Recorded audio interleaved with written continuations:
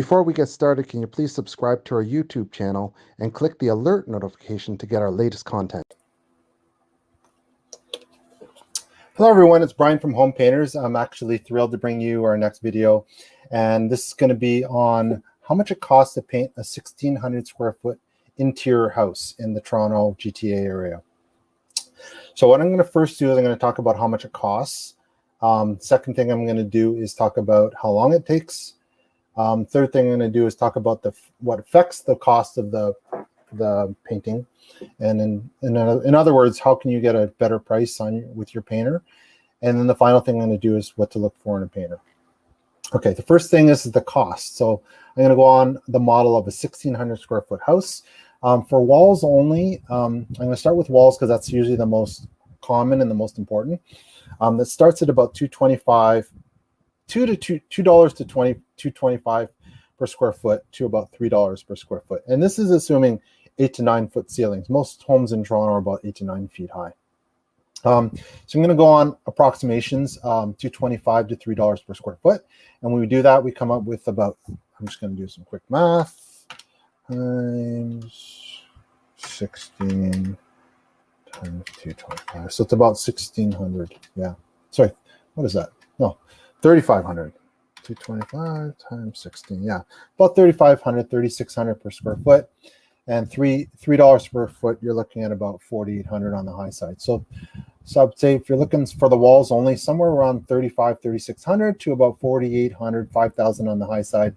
That would definitely be something that's very general in terms of getting a ballpark figure for how much it costs to paint your walls. For your trim and doors, your baseboards, your door frames, window frames, you're looking at about 0.75 to $1.50 per square foot. I'm going to do some quick math on that one here. So that's at 1,600. So you're looking at around 1,200, and on the high side, that's about 2,500 to do your trim and doors. There's a lot of things that affect this price, by the way. That's a huge range, I agree. And I'm going to get that down to that as we get into the talk, just because it can actually give you tips on how to get a better price from your painter as well. Ceilings is the third thing we're going to quote you on, and that's starts at 0.75 per square foot and goes as high as 1.25 per square foot. So let's go on the ceiling model here on 1,600 square feet. You're looking at about $1,200 for the low end to do your ceilings and $2,000 on the high end. Okay. Closets are a little easier. Most closets are the same size in Toronto, but you're looking at about $75 for a small closet and $150 to $175 for a walk-in closet. Okay, so let's just do some tallies here. Walls, I'm just going to add this up here. 1,200 plus 1,200. And let's say the typical house in Toronto has about 5 closets. So we'll say $500 for closets. You're probably looking somewhere around the $6,500 range to start. And so $6,500. And I'm going to do the other one. For the high side will be 2,500, 2,000, 500, so 10,000. So 6,500 to about 10,000 would be on the high end to do a typical 1,600 square foot home in the Toronto area. Okay, hopefully that was helpful. What I'm going to do is, you're probably wondering, that's a huge range, and I agree. What affects those prices? And I'm going to get into that slightly here to help you out. So the first thing is this furniture and clutter. That makes a huge difference in how much furniture and how much time it takes, extra time it takes for painters to be kind of like jumping around your furniture and maneuvering around, making sure that they get everything done and careful with things. So if you can guarantee the painter that it's either going to be empty or that everything's going to be in the middle and taking off the walls, even the electrical plates, painting, whatever, taking off the walls, that saves the painter a huge amount of time in terms of setup, cleanup.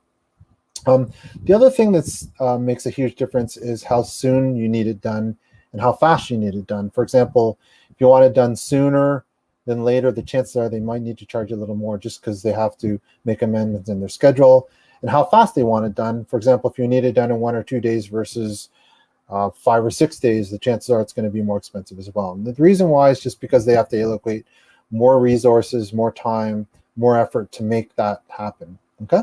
Generally speaking, my view is, I'm not saying one day is bad, but give the painters at least 2 to 3 days for doing a house's size. And the reason why, you paint your house every 5, 10, 15 years. You want it done properly, and you don't want things bubbling or being rushed. So you try not to rush them to the point where they're like trying to meet deadlines and then they're cutting corners. So generally speaking, especially most painters are going to charge you a fixed price. Get them to give them at least 2 or 3 days or even longer, a few days longer, just to make sure it's done properly. My view, I've been in the business over 33 years, is to always do things. It's much better to do quality than to do speed. So although you can do both, you want to make sure quality first, speed second. The other thing that makes a huge difference is time of year. For example, if it's winter time, right now it's February, much better to do it now this time of year than it is in the summer, just because you're going to get, right now we're just trying to pay our bills, to keep our crews busy. You're going to get a better price now than if you went in the summertime. The other difference is size of job. And what I mean by that is, if 1,600 square foot home, it's a pretty big home. But if you're asking me just to paint 1 or 2 bedrooms, I'm obviously going to have to charge you more, just because there's a setup fee, costs involved, administrative fees, time and effort, getting your crew there, setting it up, getting all the paint delivered there. So making sure that you're all set up that way just takes an like a setup fee alone. And if you're going to do the whole house versus 2 bedroom, 1 or 2 bedrooms, it's going to cost us a lot more per unit.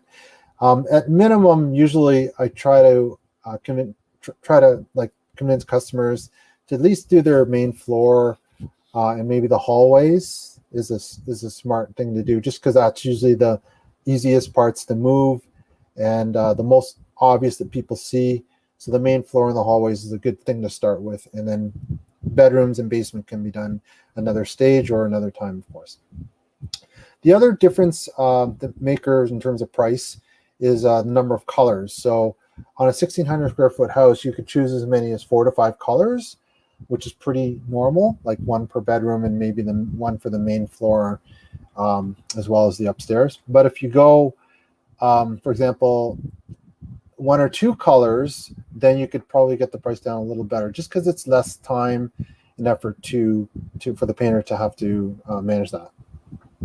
The other thing is the type of paint, and most paints, by the way, have really good paints, but the ones that we use is Sherwin-Williams and Benjamin Moore.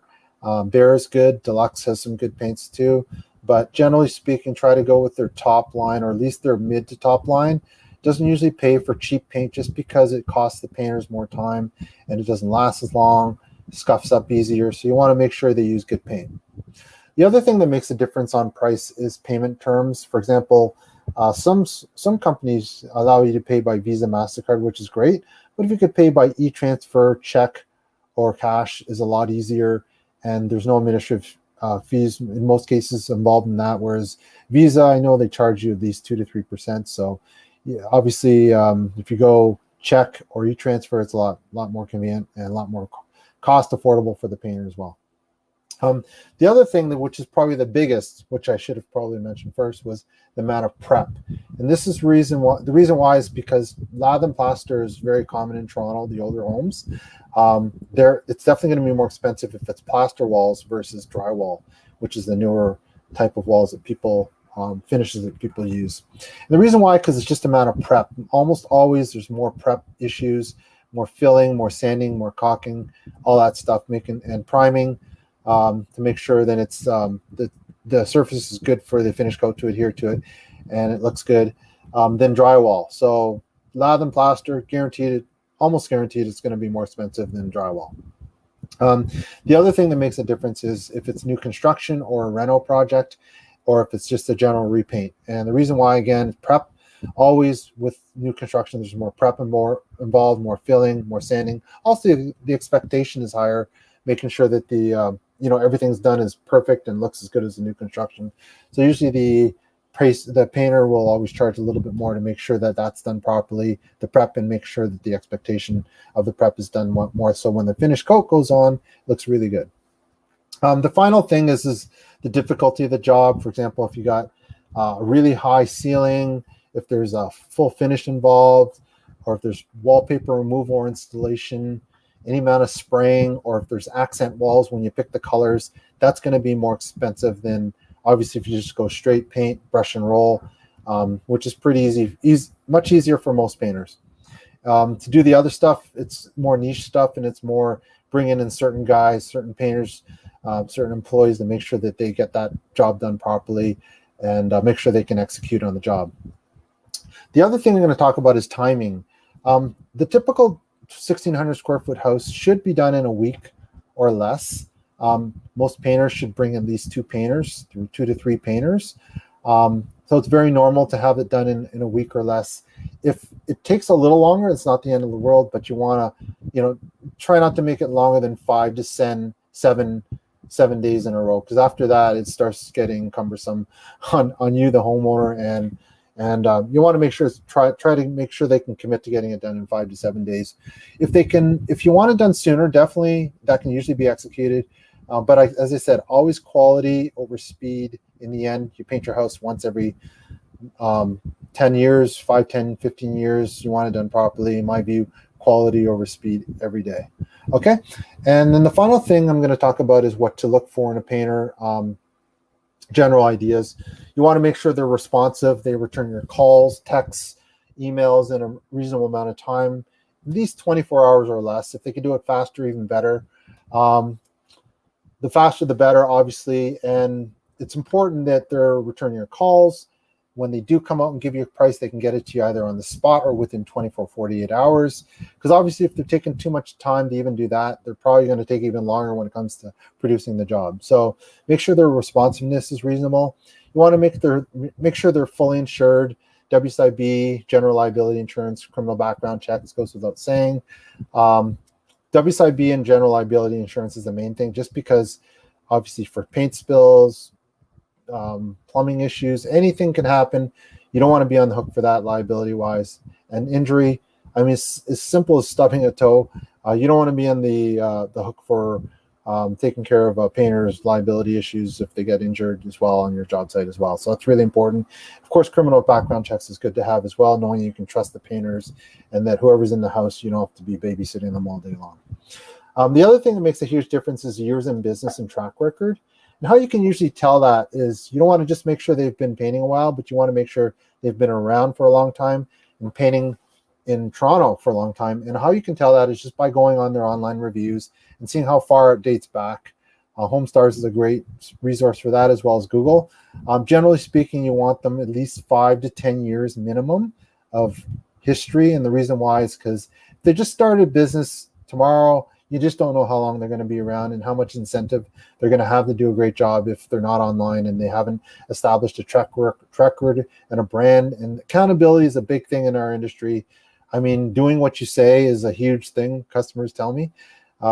Getting someone to do what they say is a huge revelation and crazy thing, but that's partly true. It's just getting people to do what they say and make them accountable for what they say they're going to do is really important. So check out their online reviews, not just their good reviews, check their bad ones as well and how they respond to them. Of course, no one's perfect, but and sometimes clients' demands and their expectations are unreasonable.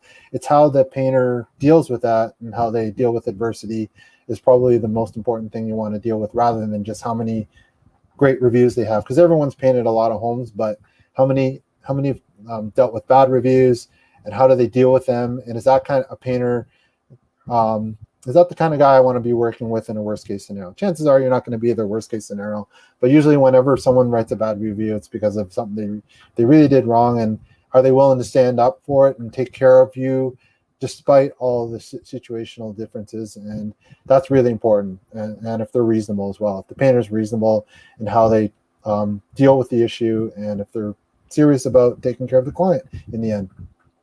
The others, the final is the most important, which is pretty obvious, but use your gut feel. If you feel after speaking to the painter or meeting with them that they really care about you and they're not just there to make money off you, then the chances are you're going to be in a great situation in the end. And you've done all this other homework, check the reviews, insurance checks, responsiveness, and you get a good feeling from them, the chances are they're going to do a good job for you. So hopefully that was very helpful. Like I said, we've been working in the GTA for over 33 years, so I've pretty much heard almost everything. Yeah, no, I do this a lot just because I love helping my clients, and helping them with pricing. And 1,600 square foot home is typical, one of the, I would say, medium homes in Toronto. So yeah, hopefully this is very helpful. If you like what you see, hit the like button, subscribe to our channel, and if you want to email us directly or call us, feel free to call us at 416-494-9095. You can also email us at brian@homepainterstoronto.com. Hopefully that was very helpful. And sales@homepainterstoronto.com as well. Sales@homepainterstoronto.com. Hopefully this was really helpful. If you like what you hear, give us a call or email, and we'd love to hear from you. Have a great day.